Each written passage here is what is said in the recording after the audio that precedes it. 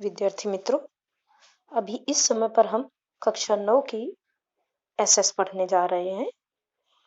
Chapter का नाम है प्राकृतिक वनस्पति। संख्या है चैप्टर संख्या 17 यानी 17। ठीक है। अब यहाँ पर हम जितना अधिक से अधिक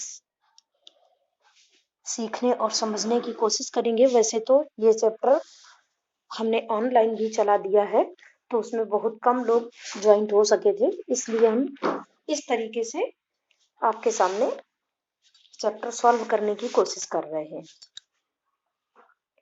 चैप्टर का नाम है प्राकृतिक वनस्पति। पेज नंबर है 131 यानी 131। मानव जीवन के लिए वनस्पति जगत एक अनिवार्य अंग है। वनस्पति के अभाव में जीवन की कल्पना भी कठिन है। यदि वनस्पतियां ना हो तो मनुष्य का जीवन नहीं चल सकता, क्योंकि हमें भोजन यानी कि दलहन, तिलहन, भोजन, रंग, लाख, गोंद, कत्था सब चीज वनस्पतियों से ही प्राप्त होती है। प्राचीन शास्त्रों से लेकर आधुनिक विज्ञान तक सभी वनस्पति के महत्व को स्वीकारते हैं। वनस्पतियां हमारे जीवन का अभिन्न हिस्सा है। उनसे हम अलग होकर नहीं जी सकते हैं। भारत के पास विविधतापूर्ण प्राकृतिक संपत्ति है। वानस्पतिक वैविध्य की दृष्टि से भारत का विश्व में 10वां तथा एशिया में चौथा स्थान है। विश्व में वनस्पतियों की दृष्टि से भारत का विश्व में 10वां स्थान है, यानी 10वें क्रम पर आता है कि वैविधता यानी कि वनस्पतियों में विभिन्नता 10वें क्रम पर विश्व में स्थान दिलाती हैं, और एशिया में चौथा स्थान। एशिया भूखंड में ही भारत आया हुआ है। वृक्षों के समूह से जो मानव की सहायता के बिना कुदरती अवस्था में उगते हैं, वृक्षों के समूह जो मानव की सहायता के बिना कुदरती अवस्था में जीते हैं, यानी कि जिनकी कोई मनुष्य देखरेख ना करता हो, ऐसे कुदरती अवस्था में उगते हैं, जंगल कहलाते हैं। उन्हें ही हम जंगल कहते हैं। जहां मनुष्य वनस्पतियों का कोई संरक्षण नहीं करता है, उसे जंगल कहते हैं। इन्हें कुदरती प्राकृतिक वनस्पति भी कहते हैं। प्राकृतिक वनस्पति। भारत की प्राकृतिक वनस्पतियों की विविधता निम्नलिखित परिबलों के कारण है। मतलब प्राकृतिक वनस्पतियों की विविधता यानी अलग अलग। भूपृष्ठ। पहला है भूपृष्ठ। भूमि, जमीन, तापमान, सूर्य प्रकाश, वर्षा की मात्रा और नमी। सबसे पहले तो हर प्रत्येक फसल या प्रत्येक पौधा प्रत्येक जाति की मिट्टी में नहीं होता, इसलिए पहला परिबल है भूपृष्ठ। भारत में पर्वत, पठार, मैदान और मरुभूमि जैसे विविध पृष्ठों के कारण प्राकृतिक वनस्पति में विविधता दिखाई देती है। भारत में विभिन्न प्रकार की मिट्टी जैसे कांप की काली मिट्टी, काली, पथरीली और रेतीली इत्यादि पाई जाती हैं। जमीन की इस विविधता में वानस्पतिक विविधता का एक कारण है। भारत में हिमालय के शीत प्रदेश तथा दक्षिण भारत के प्रायद्वीपीय क्षेत्रों के तापमान और नमी आर्द्रता का अंतर भी वनस्पति में विविधता लाता है। किसी प्रदेश को मिलने वाले सूर्य प्रकाश की मात्रा उस देश के अक्षांश तथा समुद्र तल से ऊंचाई पर आधारित होता है। अधिक वर्षा वाले तथा अधिक सूर्य प्रकाश वाले क्षेत्रों में वनस्पति का विकास तेजी से होता है। इस तरह सूर्य प्रकाश के कारण भी वनस्पति में विविधता देखने को मिलती है। भारत में वर्षा का वितरण भी असमान है, जैसा कि आप जानते भी हैं और बुक के माध्यम से भी समझने का प्रयत्न करेंगे कि सभी जगह एक जैसी बरसात नहीं होती है और ना एक जैसी सब जगह की मिट्टी है। वर्षा का वितरण भी असमान है, इस कारण भी वनस्पति में विविधता दिखाई पड़ती है। किसी पौधे को अधिक पानी चाहिए तो किसी को कम चाहिए, इसलिए विविधता भी है। भारत में लगभग 5,000 जाति के वृक्ष होते हैं। इनमें से लगभग 450 जाति के वृक्ष व्यापारिक दृष्टि से खूब उपयोगी हैं।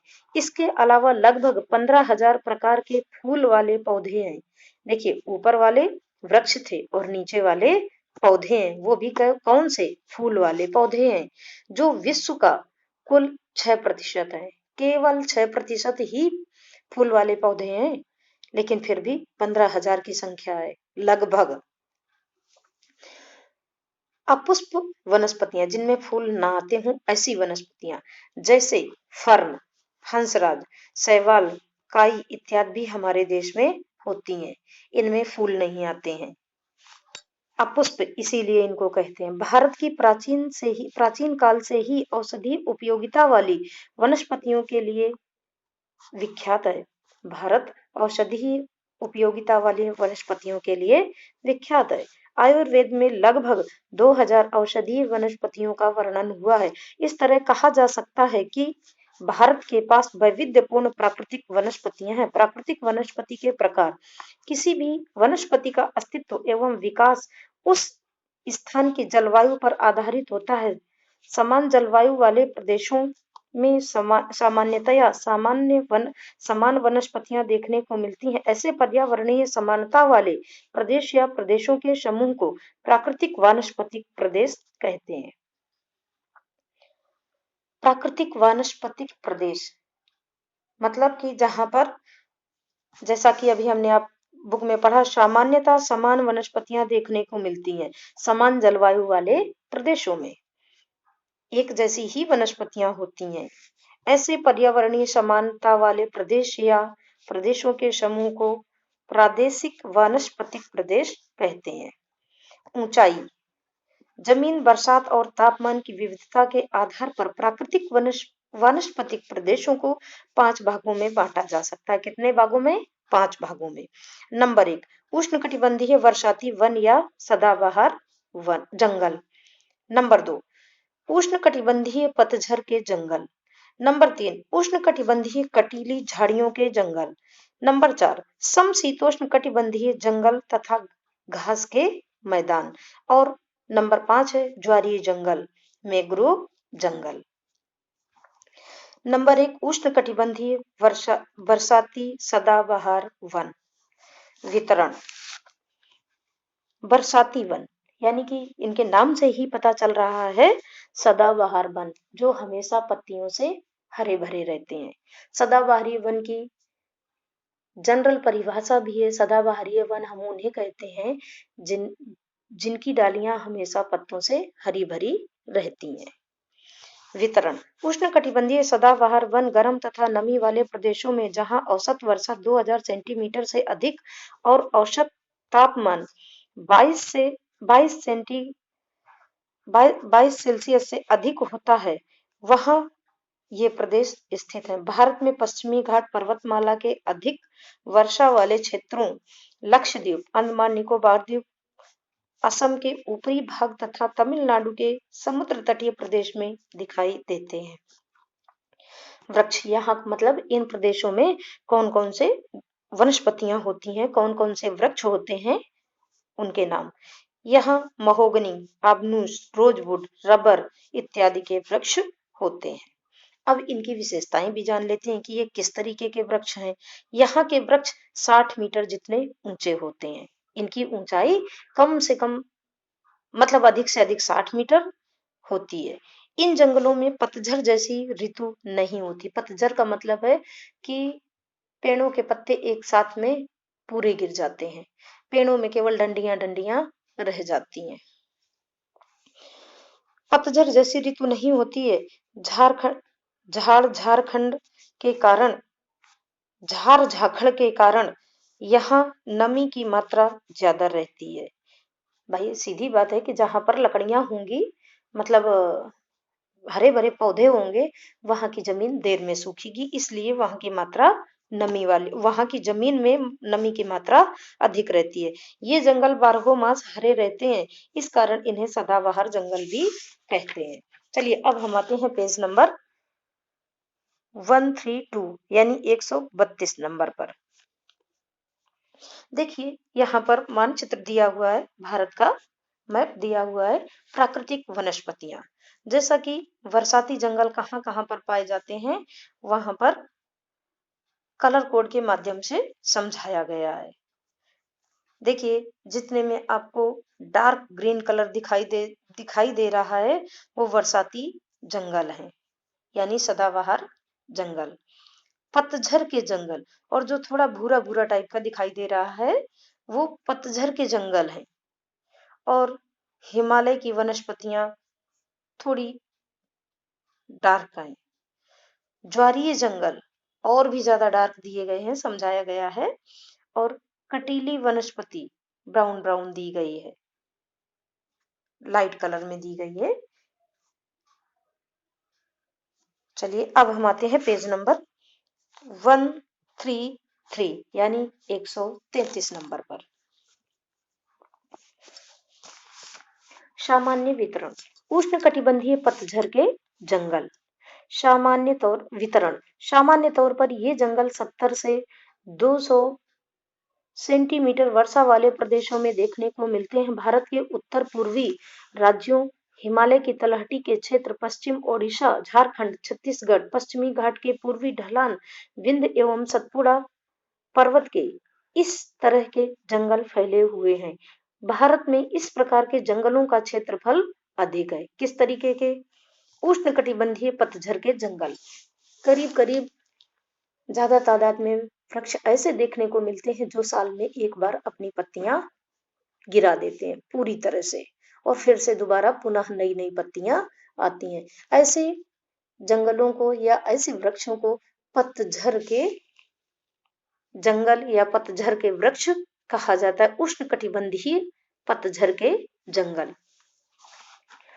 वृक्ष, यहाँ कौन कौन से वृक्ष होते हैं इन जंगलों में, मतलब ऐसे जंगलों में कौन कौन से पौधे आते हैं? यहाँ साग, साल, शीशम, चंदन, खैर, बांस इत्यादि के वृक्ष देखने को मिलते हैं। कुछ भले ही ऐसे हों कि जिनको आपने ना देखा हो, लेकिन करीब करीब सभी वृक्षों को देखा होगा। विशेषता, इन वनों की जो विशेषता है, इन जंगलों के वृक्षों की मुख्य विशेषता यह है कि ये पतझर की ऋतु हेमंत में 6 से 8 सप्ताह में अपने पत्ते झाड़ देते हैं। यानी हेमंत ऋतु में ये अपने पूरी तरह से पत्ते गिरा देते हैं 6 से 8 सप्ताह में।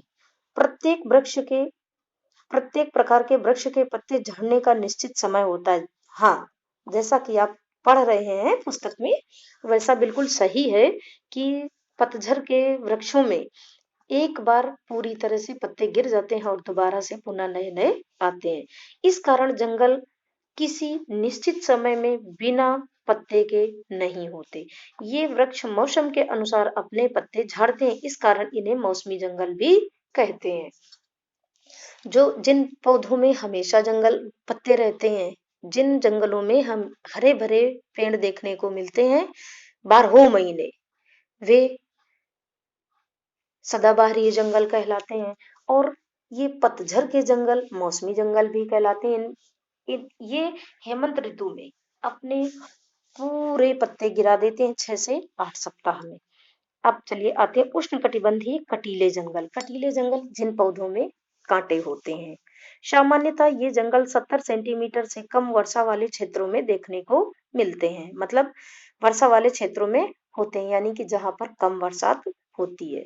भारत में इस तरह के जंगल भारत के उत्तर पश्चिम क्षेत्र, गुजरात, राजस्थान, मध्य प्रदेश, उत्तर प्रदेश आदि में स्थित हैं। अब इन जंगलों में कौन कौन से वृक्ष होते हैं? यहाँ बेर, बबूल, थूहर या नागफनी, खिजड़ा आदि वृक्ष दिखते हैं। सभी में कांटे होते हैं। बेर को भी आपने देखा, बबूल को भी देखा, थूहर या नागफनी को भी आपने देखा, जिससे लोग बाड़ करने का काम करते हैं, खेत के चारों ओर बाउंड्री जैसा बनाने में लगा देते हैं, खड़ा कर देते हैं। खिजड़ा, जिसे खिजड़ी भी राजस्थान में कहा जाता है। विशेषता, इन वनों की जो विशेषता है, इन वनों या झाड़ियों की जड़ें लंबी, गहरी और चारों ओर फैली हुई होती हैं। पत्तियां छोटी छोटी होती हैं और कभी कभी कांटे में रूपांतरित हो गई होती हैं, ताकि वाष्पोत्सर्जन की प्रक्रिया कम या धीरे हो। यहाँ वृक्ष अकेले दूर दूर हैं, वाष्पोत्सर्जन की प्रक्रिया क्रिया कम हो, यानी कि पानी उनका कम सूखे। समशीतोष्ण कटिबंधीय जंगल तथा घास के मैदान, हिमालयी वनस्पतियां, मतलब हिमालय क्षेत्र की वनस्पतियां। निम्नलिखित हिमालय हिमालयी वनस्पतियां: ऊंचाई, क्षेत्रीय प्रदेश, जंगल, वृक्ष। हिमालय के 1000 मीटर से 2000 मीटर तक, मतलब ऊंचाई में चढ़ते जाना है, 1000 मीटर से 2000 मीटर के बीच के पौधे। क्षेत्रीय प्रदेश: उत्तर पूर्वी ऊंची पहाड़ी प्रदेश, पश्चिम बंगाल और उत्तराखंड का पहाड़ी क्षेत्र। यहाँ पर कौन से जंगल पाए जाते हैं? समशीतोष्ण कटिबंधीय जंगल, जहां पर जलवायु थोड़ी सम हो। वनस्पति, मुख्य वनस्पति ओट, चेस्टनट, यानी कि जो इनमें वनस्पतियां होती हैं वो, यानी कि जो पौधे होते हैं उनके नाम है मुख्य वनस्पति में ओट, चेस्टनट। अब हम आते हैं ऊंचाई वाले दूसरे कॉलम में। हिमालय के 1500 से 3000 मीटर तक के ऊंचाई पर हिमालय का दक्षिणी ढलान, दक्षिण उत्तर पूर्वी ऊंचाई वाले क्षेत्र। शंकुद्रुम जंगल, जो कि ऊपर बढ़ते चले जाते हैं शंकु जैसे। पाइन, चीड़, देवदार, सिल्वर फर, स्प्रूस आदि, ये भी पौधों के नाम है, वनस्पतियों के नाम है। चलिए अब आते हैं तीसरे कॉलम में। हिमालय के 3600 मीटर से अधिक, यानी कि और ऊंचाई पर जाएंगे। हिमालय का उच्च पहाड़ी प्रदेश और हिमरेखा के समीप। हिमरेखा यानी बर्फ से, जो जहां से बर्फ ही बर्फ ऊपर है। अल्पाइन और छोटी घास, टुंड्रा वनस्पति, यहाँ पर ये वनस्पतियां पाई जाती हैं, मतलब अल्पाइन और छोटी घास, टुंड्रा वनस्पति। सिल्वर फर, जामुनी जूनिफर और बर्च इत्यादि के पौधे आपको वहां देखने को मिलते हैं। शंकुद्रुम जंगलों की मुख्य विशेषता यह है कि यहाँ वृक्ष शंकु आकार के होते हैं, जिनकी डालियों की ढाल जमीन की ओर रहता है, मतलब ऊपर से नीचे की ओर चौड़े होते जाते हैं और ऊपर पतले होते जाते हैं, और जिनकी डालियों का ढाल जमीन की ओर रहता है। वृक्षों के पत्ते लंबे, नुकीले और चिकने होते हैं। ऐसे पत्ते नमी का संग्रह लंबे समय के लिए कर सकते हैं। ज्वारीय जंगल, मैंग्रोव, यानी कि इनको मैंग्रोव जंगल भी कहा जाता है। वितरण, ये कहाँ पर मिलते हैं या कहाँ तक फैले हैं? भारत के समुद्री किनारे, नदियों के मुख्य त्रिकोण यानी डेल्टाई प्रदेश में। डेल्टा में इस तरह के जंगल हैं।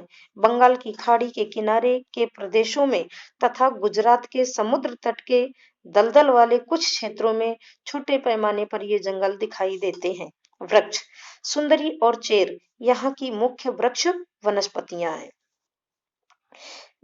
सुंदरी वृक्ष से क्या क्या बनाया जाता है? नाव और स्टीमर।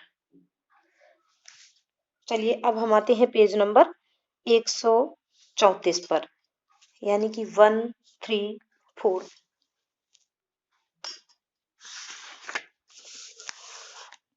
वन, जंगल, उत्पाद और उनकी उपयोगिता। जंगल मानव जाति के लिए अनेक रीति से उपयोगी है। जंगलों से मिलने वाली इमारती लकड़ी साग, साल, फर्नीचर बनाने के काम में ली जाती हैं। सुंदर वन से मिलने वाली सुंदरी वृक्ष की लकड़ी से नाव बनाई जाती है। हिमालय के शीत प्रदेश में होने वाले देवदार चीड़ की लकड़ी से खेल के उपकरण, चाय तथा दवाओं की पैकिंग के लिए पेटियां बनाई जाती हैं। पेटियां किसके किसके वृक्षों से की लकड़ी से बनाई जाती हैं? देवदार और चीड़। और सुंदरी वृक्ष की लकड़ी से क्या बनाया जाता है? नाव बनाई जाती है। चीड़ के रस से तारपीन यानी कि टर्पेंटाइन बनाया जाता है। चंदन से सुगंधित तेल, सौंदर्य प्रसाधन बनाए जाते हैं। बांस से टोकरा, टोकरी, खिलौने, गृह सज्जा की चीज वस्तुएं बनाई जाती हैं। बांस से तो आपने बहुत सारी वस्तुएं देखा होगा, जिससे डलिया वगैरह बनाई जाती है।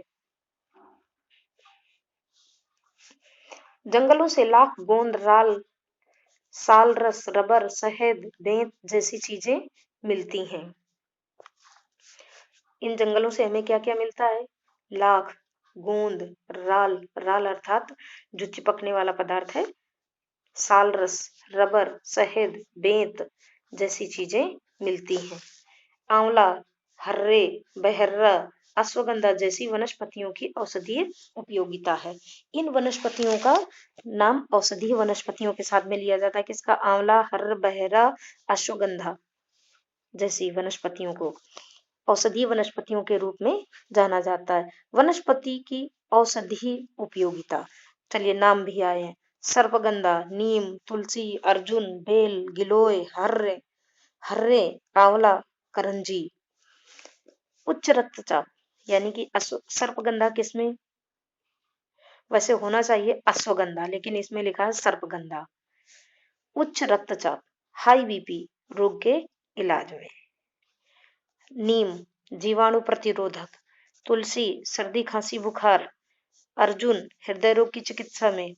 बेल यानी कि जिसको आप बेलपत्र भी कह सकते हैं, वात तथा कफ दोष में। गिलोय, जिसे अमृता के नाम से भी जाना जाता है, मधुप्रमेह, संधि जोड़, गठियाबात का दुखना, बुखार इत्यादि में।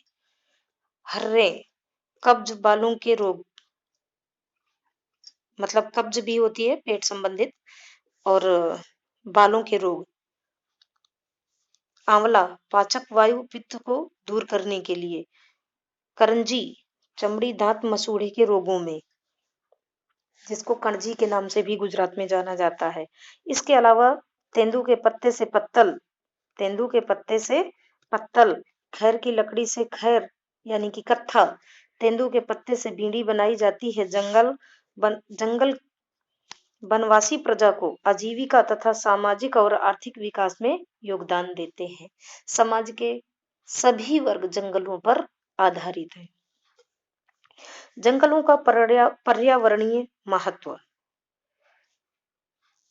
जंगलों का पर्यावरणीय महत्व निम्नलिखित है। जैसा कि अब हम नीचे पढ़ रहे हैं, जंगल वर्षा लाने में सहायक होते हैं। ये तो सभी लोग जानते हैं कि जंगल वर्षा लाने में सहायक होते हैं, हमें ऑक्सीजन यानी कि प्राणवायु प्रदान करते हैं, वातावरण को विषम बनाने से रोकते हैं। विषम यानी विषैला होने से, विषम और मनुष्य के अनुकूल रखने में सहायक होते हैं और विषम बनने से रोकते हैं। प्रेरणादायी गैस ऑक्सीजन की पूर्ति करते हैं। हमें प्राणवायु ऑक्सीजन वृक्ष ही देते हैं। जंगल बाढ़ पर नियंत्रण करने में मदद करते हैं। जब ज्यादा बाढ़ आती है तो हमारे जंगल ही बेचारे तनकर खड़े रहते हैं, हमारी बाढ़ में भी मदद करते हैं। कार्बन डाइऑक्साइड जैसी हानिकारक गैस का शोषण करते हैं। कार्बन डाइऑक्साइड गैस को श्वसन के रूप में वृक्ष अवशोषित करते हैं। जंगल भूमि के कटाव को रोकते हैं। हाँ, जब ढाल वाली जमीन पर वनस्पतियां खड़ी हो जाती हैं तो वहां की मिट्टी टिकी रहती है, पौधों की जड़ें उनको रोके रहती हैं और कटने से मिट्टी रुक जाती है। जंगल भूमिगत जल को संरक्षित करते हैं। जंगल मरुस्थलों को आगे बढ़ने से रोकते हैं। मरुस्थलों को यानी कि रण प्रदेश आगे नहीं बढ़ने देते हैं। जंगल मरुस्थलों को आगे बढ़ने से रोकते हैं। वायु प्रदूषण कम करने में जंगल उपयोगी है और वायु प्रदूषण को भी रोकते हैं। जंगल प्राकृतिक सौंदर्य में वृद्धि करते हैं। जी हाँ, अच्छी अगर जो वनस्पतियां खड़ी होती हैं तो कोई भी जमीन हो बहुत सुंदर लगती है। जंगल हवा को शुद्ध करते हैं। हवा को तो शुद्ध करते ही करते हैं क्योंकि ऑक्सीजन प्रदान करते हैं। वन्य जीव सृष्टि को प्राकृतिक आश्रय स्थल देते हैं। जंगलीय जीव कहाँ रहते हैं? जंगल पेड़ पौधों के बीच में ही तो रहते हैं। इसीलिए कहा गया वन्य जीव सृष्टि को, यानी कि जंगली जीवों को प्राकृतिक आश्रय यानी निवास स्थान देते हैं। जंगल साहसिक पर्यटन प्रवृत्ति के लिए आदर्श स्थल है। राष्ट्रीय उद्यानों और अभ्यारण्यों तथा जैव विविधता के संदर्भ में कुछ जंगलों को आरक्षित घोषित किया गया है। आरक्षित यानी कि उनको उनकी कोई कटाई नहीं कर सकता है। आरक्षित घोषित किया गया है। अभ्यारण्यों तथा जैव विविधता के संदर्भ में कुछ जंगलों को आरक्षित घोषित किया गया है और जहां पर जंगली जीव निर्भय होकर घूम सके, उनका कोई शिकार न कर सके, ऐसी जगह को अभ्यारण्य कहते हैं। जंगल संरक्षण वनस्पति जीवन, प्राणी जीवन तथा मानव जीवन के आंतर संबंधों से पारस्परिक तंत्र का सृजन होता है, परंतु मानव की पर्यावरण विरोधी प्रवृत्तियों, मानसिकता तथा स्वार्थ वृत्ति के कारण पारिस्थितिकी तंत्र में व्यवधान पड़ा है। जंगलों के विनाश के लिए चलिए अब हम आते हैं पेज नंबर 135 पर।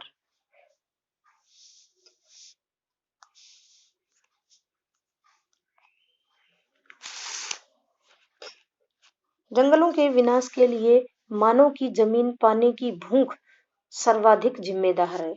मनुष्य जमीन पाना चाहता है, इसलिए वनस्पतियों को काटता चला जा रहा है। इसके अलावा जनसंख्या वृद्धि के उद्योगों को आवासीय क्षेत्रों से दूर ले जाने की नीति, शहरीकरण, बहुउद्देशीय योजनाएं, सड़क निर्माण कार्य, इमारती तथा ईंधन की लकड़ी पाने, खेती, दावानल अर्थात जंगल की आग आदि कारणों से जंगलों का नाश हो रहा है। जंगलों के विनाश के कारण पर्यावरण का संतुलन बिगड़ा है और पर्यावरण का संतुलन बिगड़ने से मनुष्य स्वयं के लिए खतरा बना रहा है।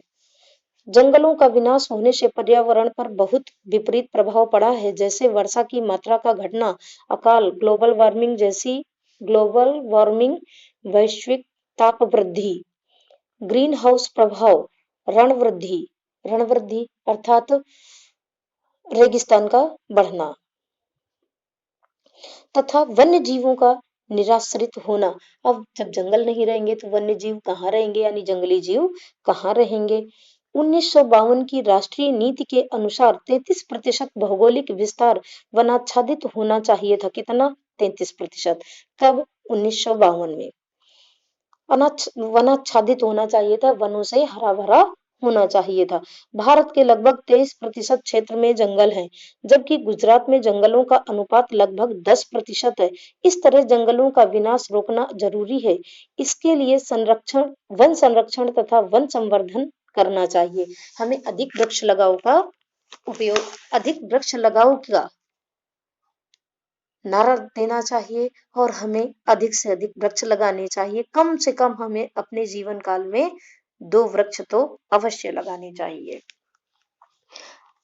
इतना अवश्य जानिए, गुजरात में IUCN international union for conservation of nature red data book में पलाश, गूगल, नीलसोटी, शीशम, इमली, हर्रे आदि जैसी वनस्पतियों को भयजनक प्रजातियों की कक्षा में रखा गया है। भयजनक यानी कि ये वनस्पतियां बहुत कम बची हैं। वन संरक्षण के उपाय यानी कि वनों का संवर्धन किया जाए, उनकी देखरेख की जाए और अधिक से अधिक वृक्ष लगाए जाएं। जंगलों के संरक्षण में संवर्धन के उद्देश्य से भारत सरकार ने 1952 में राष्ट्रीय वन नीति पर अमल किया। 1980 में संसद ने वन संरक्षण अधिनियम पारित किया। 1988 में नई राष्ट्रीय वन नीति घोषित की। जंगलों के संरक्षण के लिए निम्नलिखित उपाय अमल में लाने चाहिए। जंगलों के संरक्षण हमें कैसे करना चाहिए, चलिए हम बुक के माध्यम से जानना चाहेंगे। लोगों को यह समझाना है कि जंगल हमारे राष्ट्रीय संसाधन है, इसका संरक्षण करना हमारा कर्तव्य है। हमें इनका हर हाल में देख रेख करनी चाहिए, पालन पोषण इनका करना चाहिए। वृक्षों को काटने से रोकें, सभी को वृक्ष काटने से मना करना चाहिए और खुद भी नहीं काटना चाहिए। गैर कानूनी तौर पर वृक्ष काटने वालों को कठोर सजा दी जाए। जितने लोग वृक्ष काटते हैं उनको सजा देनी चाहिए।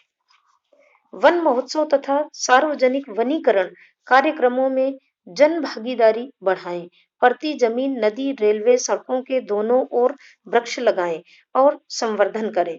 पर्यावरण शिक्षण तथा पाठशालाई अभ्यासक्रम के माध्यम से लोगों को पर्यावरण के प्रति जागरूकता लाना, पर्यावरण संबंधी दिवस मनाएं। जैसा कि पर्यावरण दिवस कब मनाया जाता है? 5 जून को। ठीक है। पर्यावरण शिक्षण पाठशाला अभ्यासक्रम के माध्यम से लोगों को जानकारी के प्रति जागरूकता लाना चाहिए। पर्यावरण संबंधी दिवस मनाएं, इतना अवश्य जानिए। 21 मार्च विश्व वन दिवस, 22 अप्रैल विश्व पृथ्वी दिवस, 5 जून विश्व पर्यावरण दिवस, जैसा कि अभी हमने कहा। जुलाई मास वन महोत्सव, 16 सितंबर विश्व ओजोन दिवस। ओजोन क्या है? ओजोन वायु है, प्राणवायु है, जो हमें स्फूर्ति प्रदान करती है। इसीलिए लोग सुबह सुबह टहलने के लिए जाते हैं। ओजोन वायु स्फूर्तिदायक होती है। नंबर 5, जंगल में आग न लगे, इसका ध्यान रखें, यानी दावानल की स्थिति ना हो। जंगल में जो अपने आप से आग लगती है उसे दावानल कहा जाता है। नंबर 6, ऊर्जा प्राप्ति के उपयोग की जाने वाली लकड़ी के बदले सौर ऊर्जा, बायो ऊर्जा, पवन ऊर्जा जैसी ऊर्जा के पुनः प्राप्त स्रोतों का उपयोग बढ़ाएं। यानी कि जो हम लकड़ी जलाने का उपयोग करते हैं उसके जगह पर ये पुनः प्राप्य स्रोतों का उपयोग करें। जो ऊर्जा के पुनः प्राप्त होने वाले स्रोत हैं उन ऊर्जाओं का अधिक उपयोग करना चाहिए। नंबर 7, प्रचार प्रसार माध्यमों द्वारा लोगों को जंगलों का महत्व समझाएं, इस बारे में लोक जागृति उत्पन्न करें। जैसा कि हम सभी जानते हैं, जैसे जल ही जीवन है, ठीक उसी तरीके से वनस्पतियों के बिना हमारा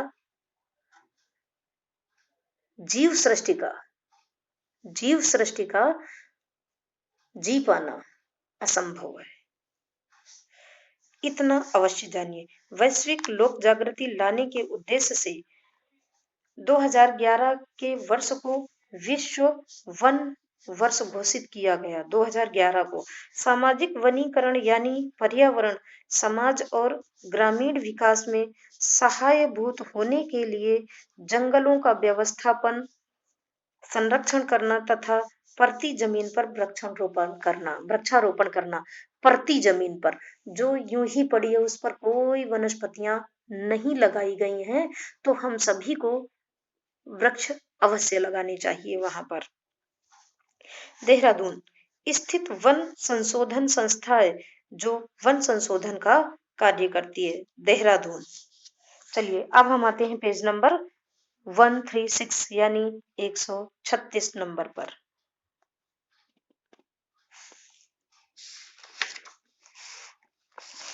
हाँ तो बच्चों, यहाँ पर हमारा स्वाध्याय शुरू हो रहा है। तो जैसा कि आप जानते हैं, स्वाध्याय तो आपको स्वयं से करना रहता है और अधिक प्रश्न आपको फोटो या पीडीएफ के माध्यम से मिल जाएंगे, परंतु स्वाध्याय आपको स्वयं से करना है।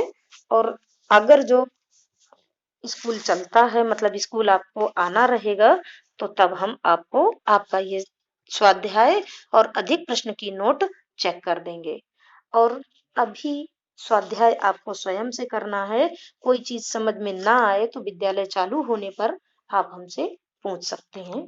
और अधिक प्रश्न की पीडीएफ यानी कि फोटो आपको मिल जाएगी आपके वर्ग में, यानी कि जो आपका जिस नंबर पर, जहां पर आपको ये लेसन मिलेगा, उसी जगह पर आपको पीडीएफ भी मिलेगी क्वेश्चन की, अधिक प्रश्न के। उसमें अधिक प्रश्न के प्रश्न होंगे, उत्तर आपको स्वयं से खोजने होंगे बुक में से। इस तरीके से बच्चों अब हमारा ये चैप्टर 17 यहाँ पर पूर्ण होता है।